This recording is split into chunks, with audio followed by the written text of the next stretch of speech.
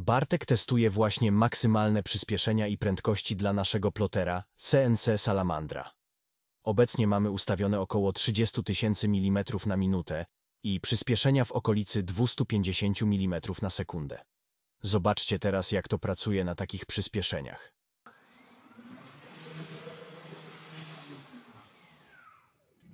Jest naprawdę szybko, jednak myślę, że takie prędkości mogą się jedynie przydać dla przejazdów nad materiałem. Subskrybuj nasz kanał, aby być na bieżąco ze wszystkimi nowościami i ciekawostkami ze świata Wislot Polska.